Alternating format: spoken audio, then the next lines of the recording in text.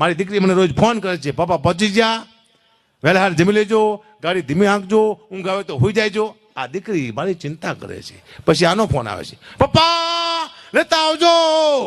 મેં શું ખટારો? ભલે પપ્પા તમે આખે આખા ખટારામ કરી જાઓ, પણ મારા માથે ખટાવો લાવજો. હા, જેની કોઈ ફરમાઈશ ન હોય બાપ પાસે એને દીકરી કહેવાય, ફરમાઈશ માથે ફરમાઈશ કરે એનો દીકરો કહેવાય. હવે કોઈ દી મને ડાયરામાં આવશે ને મારે હે ધંધો છે બેટા, આવું બોલવું પડે.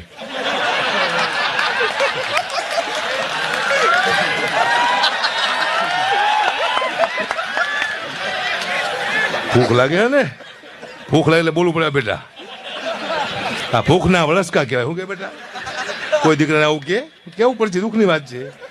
ભૂખ મારી નાખી હે સમય માણસને ક્યાં સુધી લઈ જાય ખબર નથી પડતી. હાલે નચાવે છે સમય માણસ.